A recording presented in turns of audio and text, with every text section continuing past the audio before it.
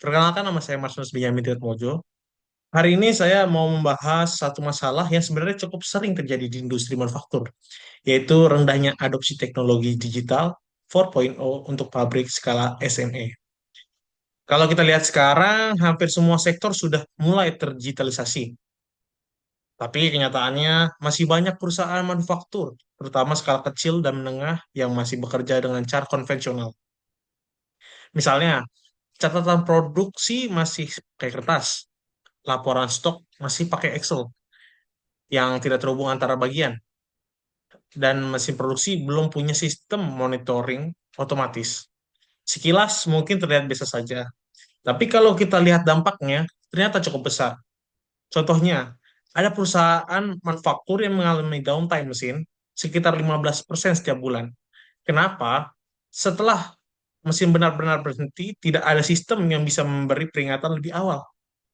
Selain itu, karena data stok tidak real time, mereka mengalami overstock bahan baku sampai 20%. Artinya, modal tertahan di gudang. Belum lagi laporan produksi yang butuh waktu 2 sampai 3 hari untuk direkap. Sehingga manajemen terlambat mengambil keputusan. Padahal, kalau kita mengacu pada konsep industri 4.0 yang diperkenalkan secara global melalui forum industri, seperti Hannover Messe di Hannover, fokusnya adalah integrasi sistem, otomatisasi, dan penggunaan data real time supaya proses produksi jadi lebih efisien dan cerdas. Jadi pertanyaannya, apa yang bisa dilakukan? Pertama, perusahaan bisa mulai dengan implementasi ERP, tapi tidak harus langsung besar-besaran. Bisa bertahap dengan ERP, data produksi, stok, dan keuangan terhubung dalam satu sistem. Jadi, manajemen bisa melihat kondisi perusahaan secara langsung tanpa menunggu laporan manual. Lalu yang kedua, perusahaan bisa mulai memasang sensor atau IoT pada mesin. Dengan sensor ini, kondisi mesin bisa dipantau, misalnya suhu atau getaran yang tidak normal. Jadi sebelum mesin rusak total, sudah ada peringatan. Pendekatan ini bisa menurunkan downtime secara signifikan, bahkan sampai sekitar 40% dibanding sistem yang reaktif.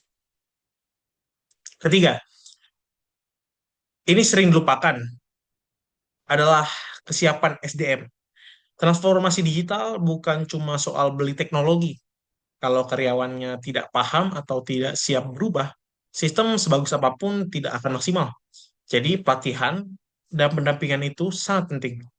Selain itu, proses digitalisasi juga sebaiknya punya roadmap, mulai dari digitalisasi data dulu, lalu integrasi sistem, baru kemudian menuju otomatisasi yang lebih canggih. Jadi, tidak langsung loncat ke smart factory tanpa fondasi yang kuat. Jadi, kalau saya simpulkan, rendahnya adopsi teknologi digital 4.0 memang membuat perusahaan kurang efisien, biaya meningkat, dan daya saing menurun. Tapi dengan langkah yang terstruktur, ERP, IoT, dan peningkatan kompetisi SDM, perusahaan bisa bertransformasi secara bertahap dan berkelanjutan. Dan di era sekarang, menurut saya, transformasi digital bukan lagi pilihan tambahan. Ini sudah menjadi kebutuhan strategis agar perusahaan bisa tetap relevan dan kompetitif. Lalu, ini adalah slide untuk tambahan langkah selanjutnya agar perusahaan dapat bertindak. Audit digital singkat, pilot IoT, ERP modul, dan bangun kapabilitas SDM.